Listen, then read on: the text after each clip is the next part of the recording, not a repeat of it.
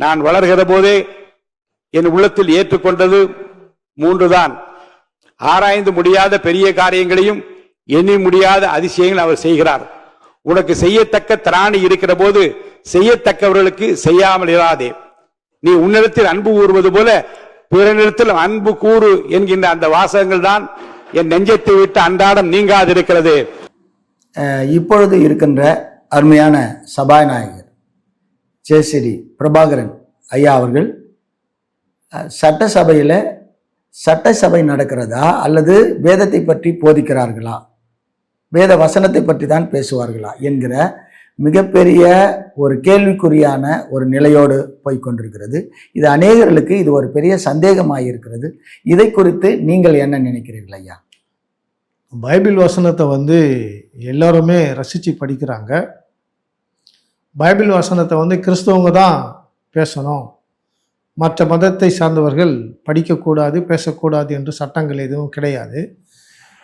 எந்த மத புத்தகங்களையும் எல்லோரும் வாசிக்கலாம். யாருக்கு எது விருப்பமோ, யார் எதை ரசிக்கிறார்களோ அந்த வார்த்தைகளை அவர்கள் வாசிக்கலாம், தவறு கிடையாது.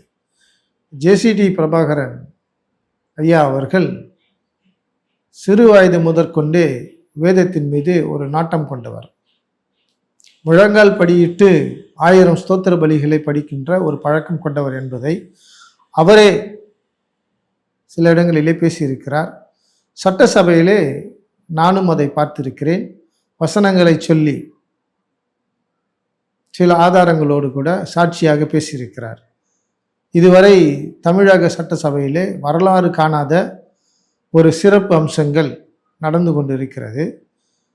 கர்த்தரின் வார்த்தைகள் பேசப்பட்டு கொண்டிருக்கிறது. அது ஒரு நற்செய்தியாக இந்த வசனங்களை இதுவரை கேளாதவர்கள் கேட்டுக்கொண்டிருக்கிறார்கள். அவர் கர்த்தர் சொன்னதை அவர் செய்து கொண்டிருக்கிறார். கடவுள் அவருக்குள்ளாக இருந்து பேசிக் கொண்டிருக்கிறார் என்பதையும் நாம் ஏற்றுக்கொள்ள வேண்டும். இது புரிகிறவர்களுக்கு புரியும், பிடிக்காதவர்களுக்கு புரியாது. வேத வசனம் பேதைகளை ஞானியாக்கும். சாதாரண ஒரு மனிதனை வேத வசனத்தை வாசித்தால் அரசனாக வந்துவிடுவான். அதற்கு நிறைய ஆதாரங்கள் உண்டு. உதாரணமாக நம்முடைய இந்தியாவினுடைய தந்தை என்று போற்றப்பட்டவர் மகாத்மா காந்தி அவர்கள் தினமும் மத்தேயு, மார்க்கு, லூக்கா, யோவான் இந்த 3 புஸ்தகங்களை, நற்செய்தி வசனங்களை தினமும் வாசிக்கின்ற ஒரு பழக்கம். அவரை யாரும் கட்டாயப்படுத்தவில்லை. அவர் ரசித்து ரசித்து தினமும் வாசித்து கொண்டிருக்கிறார். உறவினர்கள் இருந்தார்கள், அரசியல்வாதிகள் பார்த்து கொண்டிருந்தார்கள், அவருடைய மனைவி பார்த்து கொண்டிருந்தார். அவர் தன்னுடைய பழக்கத்தை மாற்றிக்கொள்ளவில்லை. அண்ணாதுரை அவர்கள் ஒரு முறை எலெக்ஷன் டைமில் புருஷவாக்கத்தில் இந்த டவுட்டன் பகுதியில் நிறைய கிறிஸ்டியன்ஸ் இருக்கிறாங்க. அங்கே பிரச்சாரத்திற்கு வரும்பொழுது கொடுங்கள் உங்களுக்கு கொடுக்கப்படும் என்ற ஒரு வசனத்தை பேசி, நாங்கள் ஆட்சிக்கு வந்தால் 1 ரூபாய்க்கு 4 படி அரிசி கொடுப்போம் என்று சொன்னார். அதற்கு அவர் கேட்டது என்னவென்று சொன்னால், உங்கள் ஓட்டை எங்களுக்கு கொடுங்கள், கொடுங்கள் அப்பொழுது உங்களுக்கு திருப்பி கொடுக்கப்படும் என்று இந்த வசனத்தை அவர் கோடிட்டு பேசினார்.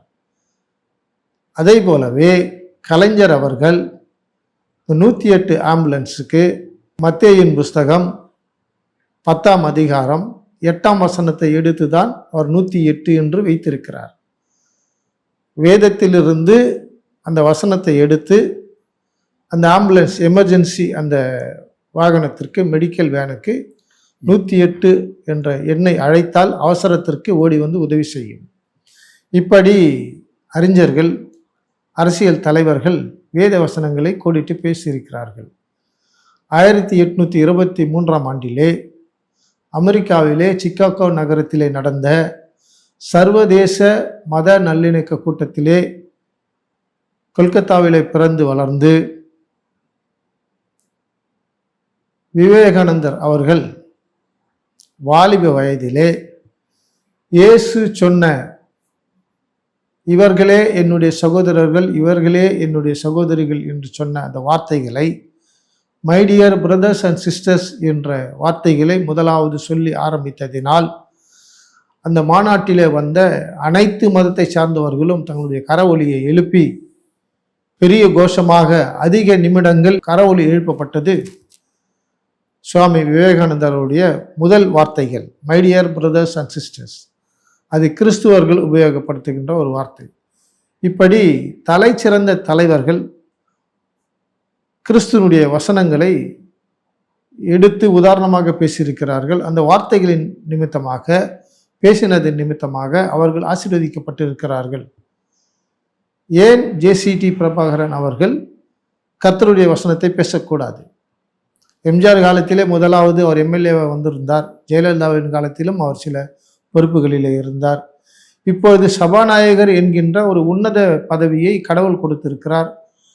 அந்த பதவியை கொடுத்த கிறிஸ்துவுக்கு நன்றியாக அவர் கர்த்தருடைய வார்த்தைகளை பேசிக் கொண்டிருக்கிறார். அதிலே எந்த ஒரு தவறும் இல்லை என்பதை மகிழ்ச்சியோடு கூட நான் தெரிவித்துக் கொள்கிறேன்.